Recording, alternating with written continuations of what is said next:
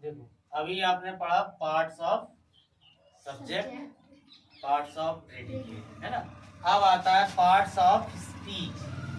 Parts of speech में इसमें संज्ञा, सर्वनाम, adjective, verb, adverb, preposition, conjunction, interjection, ये 8 होते हैं। तो इसमें क्या होता है, सेंटेंस। सेंटेंस जो है वाक्य शब्दों का एक निश्चित क्रम में रखने से बनता है। अगर कोई सेंटेंस कब बनेगा, सेंटेंस तब बनता है जब शब्दों को, कोई भी वर्ड हो, है ना, शब्दों को एक निश्चित क्रम से रख दिया जाता है। जैसे पहले अभी आपको रीऑर्डरिंग सेंटेंस बताए, उसमें से कौन सा वर्ड कहाँ रखना है यही तो बताया गया था।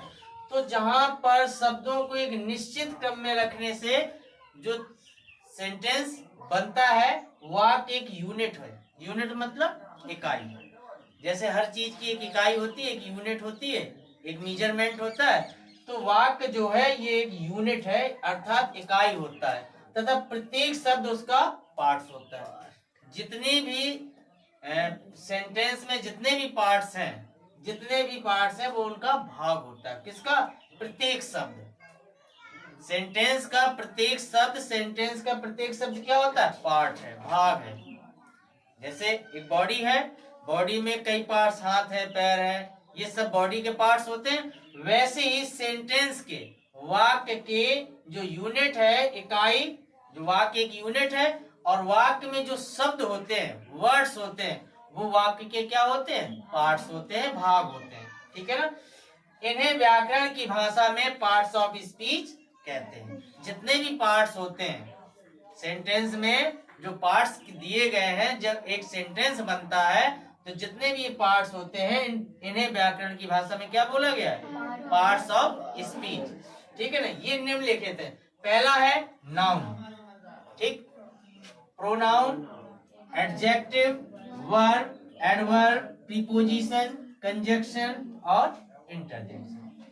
ये 8 भाग होते हैं किसके? Parts of speech. समझ गए। अगर कोई पूछे कि पार्ट्स ऑफ स्पीच कितने हैं, तो द पार्ट्स ऑफ स्पीच 8 है ना। How many parts of speech? 8। तो वैसे ही अब पहला है हमारा क्या? नाउन।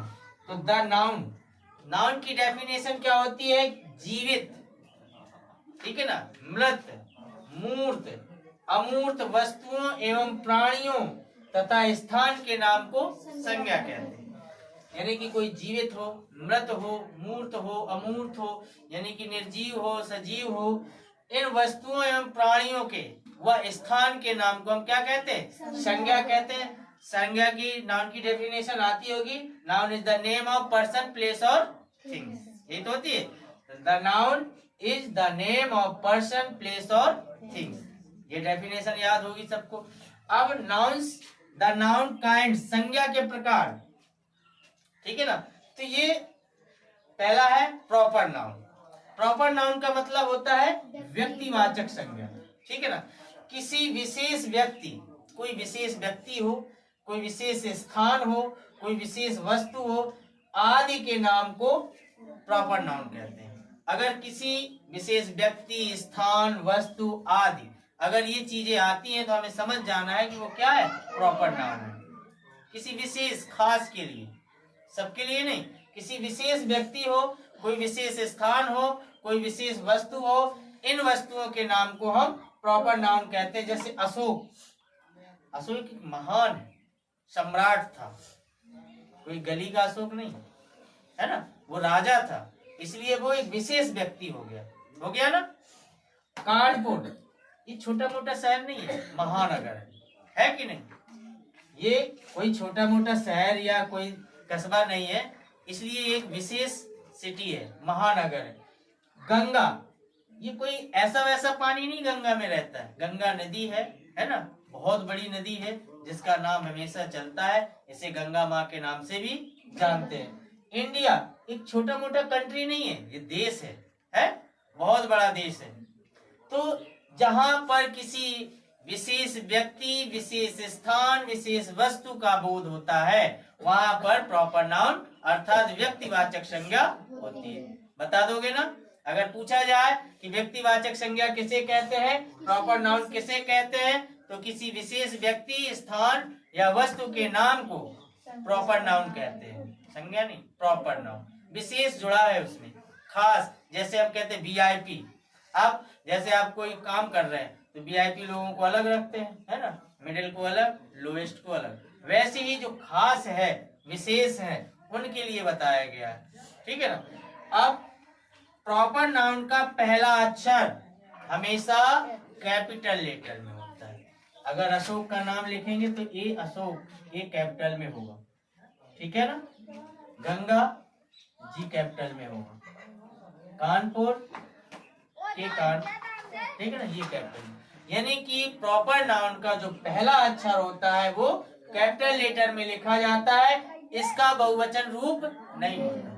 कानपुर का, अशोक का बहुवचन बनेगा, गंगा का बनेगा, कानपुर का बनेगा, यानी कि इनका कोई प्लूरल यानी कि बहुवचन रूप नहीं होता है। और इसके साथ अधिकांशता ए, एन और द, ये आर्टिकल का प्रयोग नहीं किया जाता, ठीक है ना। इसमें ए, एन और द का प्रयोग अधिकांशता नहीं किया जाता। प्रॉपर नाउन समझ में आई। प्रॉपर नाउन का मतलब है किसी विशेष व्यक्ति, स्थान या वस्तु के नाम को प्रॉपर नाउन कहते हैं, कोई विशेष हो। और इसमें क्या किया जाता है, इसका जो पहला अक्षर होगा वो कैपिटल लेटर में लिखा जाएगा, इसका कोई बहुवचन रूप नहीं होता है, और इसमें कोई भी आर्टिकल ए, एन और द का प्रयोग नहीं किया जाता है। क्लियर हो गया। अब आता है कॉमन नाउन, जातिवाचक संज्ञा। कॉमन नाउन को क्या बोलते हैं, जातिवाचक संज्ञा। प्रॉपर नाउन को छोड़ करके, अर्थात विशेष व्यक्ति, विशेष स्थान और विशेष वस्तु को छोड़ करके, ठीक है ना, इनको छोड़ करके शेष सभी नाउन को कॉमन नाउन की श्रेणी में रखा गया है। यानी कि प्रॉपर नाउन में जो भी आते हैं उनको छोड़ दो, प्रॉपर नाउन में आते हैं उन्हें छोड़ देना है, और बाकी जितने भी नाउन्स होंगे वो सब कॉमन नाउन्स में जातिवाचक संज्ञा में आएंगे। जो शब्द किसी क्लास, क्लास जानते हो, वर्ग या जाति, कहते हैं ना, ये इस वर्ग का है, ये इस जाति का है, ये इस कास्ट का है, कहते हैं ना, तो ये किसी वर्ग या जाति का बोध कराते हैं। कौन? जो शब्द किसी वर्ग या जाति का बोध कराते हैं और जिसकी विशेषताएं उस वर्ग या जाति की अन्य वस्तु, जिसकी जो विशेषताएं होती है, जैसे किसी ने उसका बोध कराया कि ये इस वर्ग का है और इस जाति का है, लेकिन जिसकी विशेषता, जो वर्ग या जाति का बोध कराते हैं, जिसकी विशेषताएं उस वर्ग या जाति की अन्य वस्तुओं, कोई भी किसी वर्ग की जाति हो या वर्ग की हो या जाति की अन्य वस्तुएं या प्राणियों में पाई जाती है, मनुष्यों में, किसी भी जीव में पाई जाए, उन्हें कॉमन नाउन कहते हैं। जैसे बुक, बुक में क्या वर्ग जाति है ना, पढ़ने वाली है। बर्ड्स, बर्ड्स में भी वर्ग होते हैं, जाति होती है। एनिमल्स में होती है, मैन में भी जाति और वर्ग होते हैं, रिवर में भी होती है, और बिल्डिंग में भी। यानी कि कोई बिल्डिंग ऊंची होती है, कोई नीचे होती है, नदी कोई छोटी होती है, बड़ी होती है, किसी में पानी, किसी में सूखा रहता है कि नहीं रहता। मैन, मैन कोई काला होता है, गोरा होता है, ऊंचा होता है, नीचा होता है, दुबला होता है, पतला होता है कि नहीं। वैसे ही एनिमल्स, बर्ड्स और बुक्स, दुबली पतली बुकें भी होती है। तो कॉमन नाउन, जैसे कॉमन नाउन का प्रथम अक्षर कैपिटल लेटर में नहीं लिखा जाता है, किसमें लिखा जाता है, स्मॉल लेटर में। जैसे बुक लिखेंगे तो बी ये वाला लिखेंगे, ये वाला बुक नहीं लिखेंगे, ठीक है ना, ये वाला बुक लिखेंगे, ठीक है। तो कॉमन नाउन का जो पहला अक्षर होगा वो किसमें लिखा जाएगा, स्मॉल लेटर में, छोटे अक्षरों में। तो कॉमन नाउन, प्रॉपर नाउन को छोड़कर जितने भी नाउन्स आते हैं वो किस श्रेणी में आते हैं, कॉमन नाउन की श्रेणी में आते हैं, ठीक है ना। और जो शब्द किसी वर्ग या जाति का बोध कराते हैं या जिसकी विशेषता उस वर्ग या जाति के किसमें अन्य वस्तुओं या प्राणियों से की जाती है, उन्हें हम कॉमन नाउन कहते हैं, ठीक है ना। क्लियर हो गया। एग्जाम्पल ये है ये, और इसे हम दो भागों में बांट सकते हैं। पहला है काउंटेबल कॉमन नाउन, यानी काउंटेबल कॉमन नाउन जिन नाउन्स द्वारा वस्तु जिस नाउन्स के द्वारा, जिस संज्ञा के द्वारा वस्तु, स्थान, प्राणी की गणना कर सकते हैं। किसी वस्तु की, किसी स्थान की और या किसी प्राणी की गणना मतलब गिनती कर सकते हैं। ठीक है ना, हम गिने कि ये कैसे, अगर उनकी गणना की जाए या हम उनकी गणना कर सकते हैं और उनकी संख्या बता सके। गणना करके अर्थात गिनती करके हम उनकी संख्या को संभव बता सकें कि हाँ ये इतने संख्या में इतने हैं, तो काउंटेबल कॉमन नाउन उन्हें क्या कहते हैं? काउंटेबल। यानी कि किसी वस्तु, प्राणी या स्थान को गणना की जा सके, उन्हें गिन करके उनकी संख्या बताई जा सके, वो क्या कहलाते हैं? Countable common noun. ठीक है ना, जैसे सिटी, अब हमें पता है कि इतनी सिटी हम गिन सकते हैं, है ना, कितने शहर हैं ये गिना जा सकता है कि नहीं गिना सकते। पेन, हमारे पास कितने पेन रखे ये गिन के हम बता सकते हैं।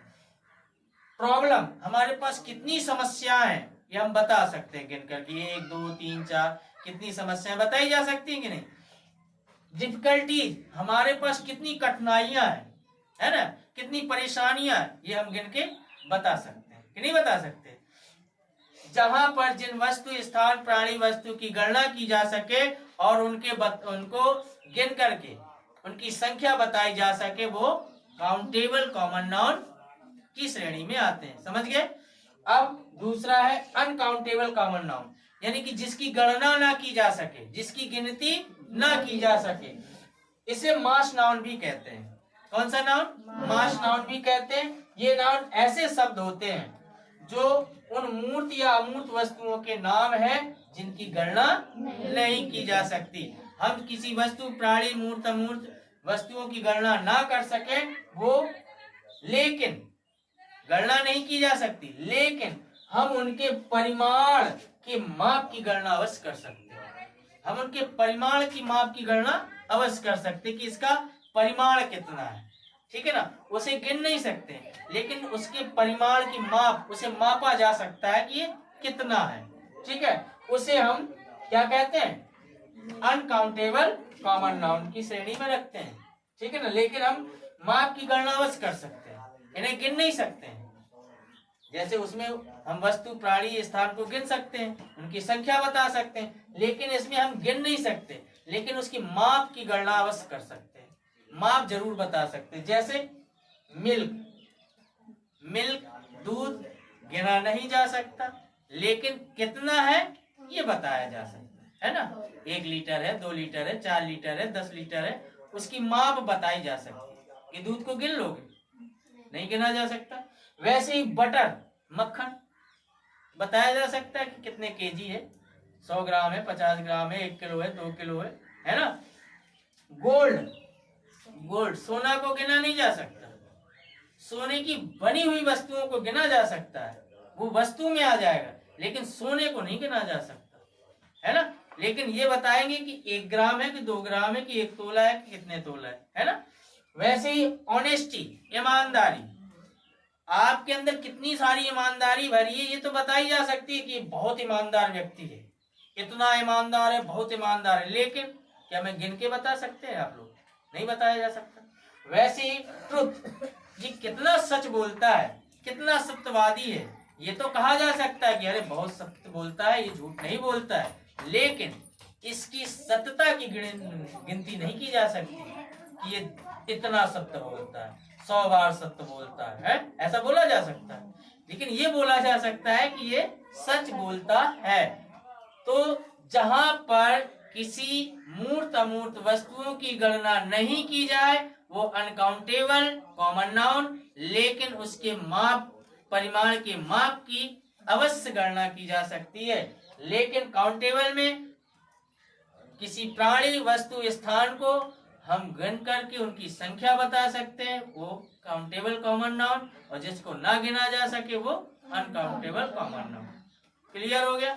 इसमें कुछ पूछना है? सब क्लियर है? याद करना है नहीं, अगर याद नहीं करोगे तो आगे का नहीं आएगा। ठीक है ना? Okay, very good.